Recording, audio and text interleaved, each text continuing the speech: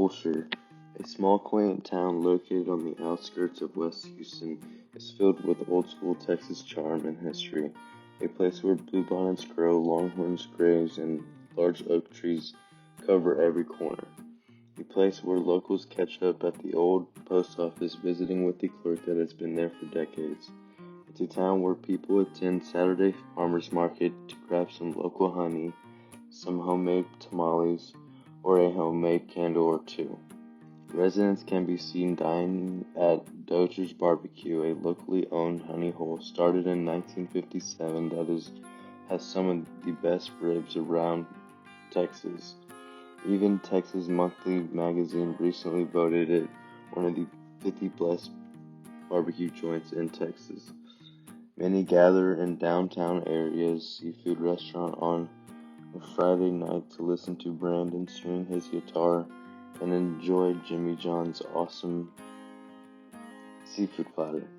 Sometimes you can see a kid or two riding a four-wheeler out in the field or dragging their fishing equipment to the local creek or searching the Brazos River for any old glass bottles.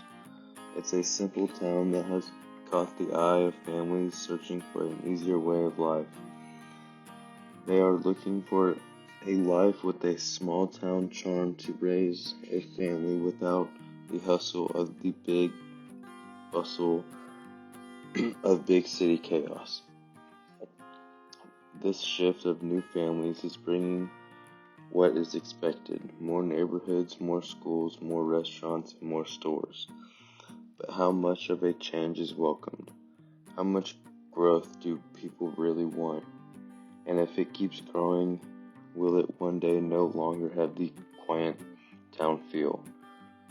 Fulshire is growing at a rapid rate, and this trend could be too fast for some.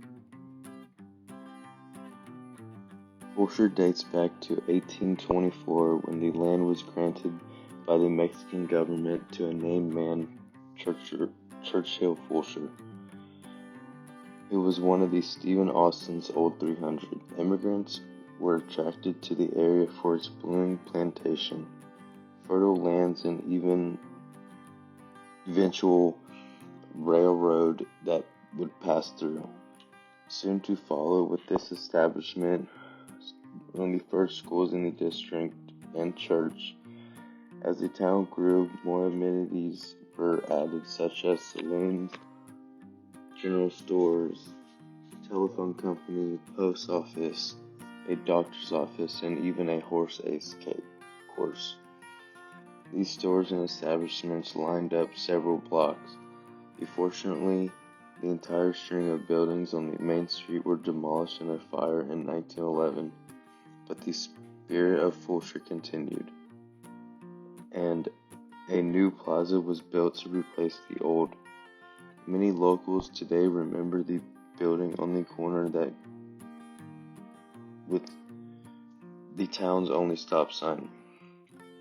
They also remember the day in 1996 where the charming corner building, Fulshire's oldest building, was demolished to make way of the new shining Texaco gas station. This was a true sign of change to come. To put things in perspective, Fulshire had about 250 residents at 1898 and grew to only 623 by 1988. Literally, that is only 200 people in nearly 100 years. Today, it has over 17,000 residents with no sign of it slowing down. The 2020 U.S. Census rated in the number one in the fastest growing city in America.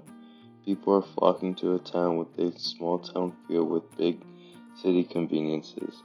Cross Creek Ranch is one of the major developments and master planned communities spearheading Fulshire's growth. Their newsletter celebrating by stating it's official, Fulshire is the fastest growing city in Texas, and we at Cross Creek Ranch are happy to have helped. Clearly, growth is welcome for some. Fulshire Polo Ranch, Fulshire Run, and even Del Webb Retirement Community is continually adding more houses and breaking new ground. What Texan doesn't want a brand new HEB within a couple miles, or a Whataburger walking distance from neighborhood homes? Developers have seen great opportunity in the future, with land values skyrocketing and properties being gobbled up for new and improved amenities. Roads have been widened, 2 new high schools have been built, hiking trails have been established, and new fancy sidewalks have been added.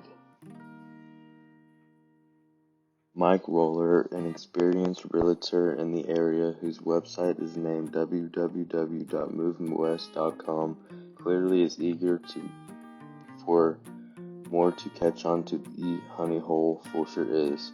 He often posts videos of upcoming changes in the area, celebrating each little milestone. He talks of road expansions and how and where they will all meet up. He mentions new shopping centers, a new town square, and even possibility of an amphitheater. Some of these pictures that he had posted roads going through established homesteads.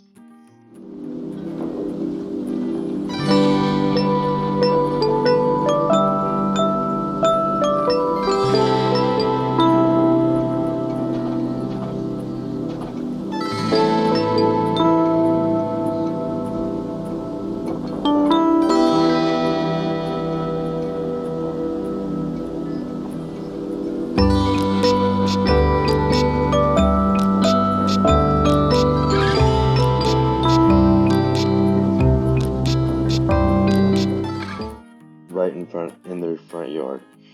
Carol McCann, a longtime resident who owns one of those ranches, can be quoted saying, "I have watched Fulshear evolve to a little town where everyone knows everyone, to a fast-growing town losing its historical value each day. People are coming that really don't appreciate the beauty of the land and its history. More roads, more traffic, more noise. Locals are losing their land and are saddened by the loss. Hopefully, those in charge of this will move forward and involve more local opinions and preserve our history." Another long-time local named Lewis Banks stated, "They were taking away all the historical about Fulshear. They wanted to change the way of the traffic through downtown Westside residential area." Hearing these statements has to pull at someone's emotions as they realize the growth. Fulshear is changing whether people like it or not. The open fields with flowers are dwindling and the longhorns are having to find new homes. Growth is welcome for some and not so much for others. The days of hanging out in the barn, gathering with friends, and listening to Brandon string his guitar are dwindling. Maybe the people in charge of this change, or the newcomers arriving, should listen a little closer to the locals who feel their voices are not being heard.